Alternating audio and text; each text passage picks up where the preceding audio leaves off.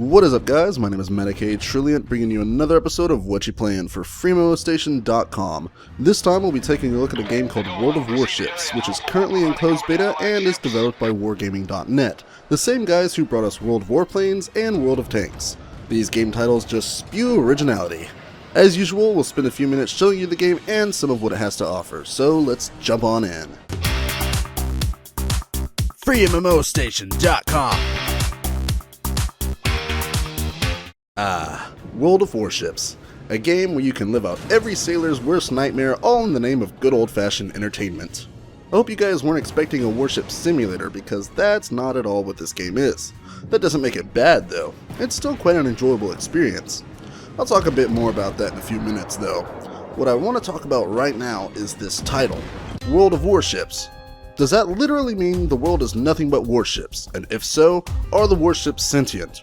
These are the burning questions I'd like to have answered as soon as possible. But seriously, a world full of sentient battleships would be like a slightly more disturbing version of Thomas the Tank Engine. Well, maybe not. World of Warships was actually not as complicated as I thought it was going to be. For the most part, the combat was simplified, although this isn't Call of Duty, so I don't recommend going in and blindly shooting at everything you see. This is one of those games where coordinating with your team will make all the difference in a match.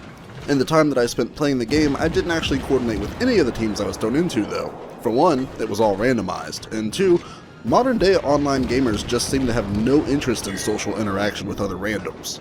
It is what it is, but we still won matches. Having a full team working together would be so much more epic though.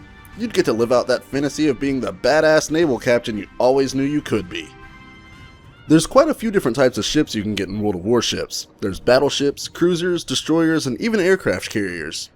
You unlock different types of ships through the tech tree, as well as upgrades. You start off being able to choose from two cruisers, an American Erie and the Japanese Katori. After playing around with both of them, I began to favor the Japanese one. The more times you play as a ship, the more experience it will gain, and which you'll be able to use on the tech tree. Experience is not universal. It's tied to the ship you're using, so choose wisely. On top of gaining experience, you will also gain exchange credits, which act as a currency. Exchange credits are used alongside experience to purchase ships and upgrades, but you can also trade in exchange credits for tokens, which is the cash shop currency. This means that with enough playtime, you'll be able to get anything a paying player can get, like premium ships for example. When in a match, you can move your ship around with WASD. You don't have to hold down the W or S keys to move. You just choose the speed in which you want to accelerate as indicated by the icons next to your minimap.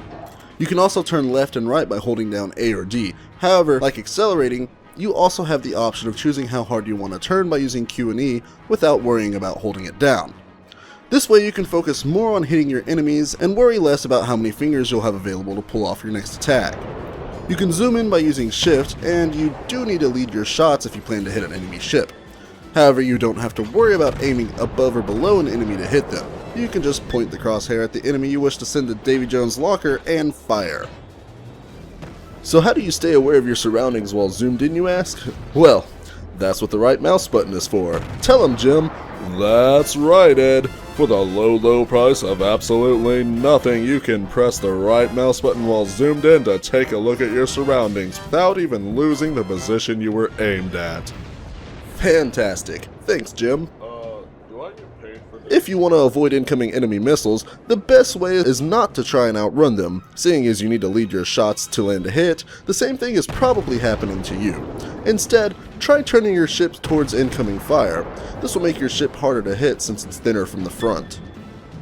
There's currently only 2 game modes, and no PvP. All the matches are co-op versus AI. There's a team deathmatch type mode, and a capture and hold type mode. Overall, there's a lot this game needs, but it's in closed beta, so a lot of this stuff is planned and going to change anyways.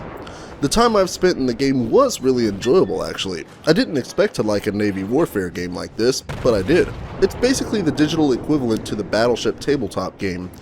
In fact, it's almost exactly like that, but instead of controlling an entire fleet of ships, you only control one ship.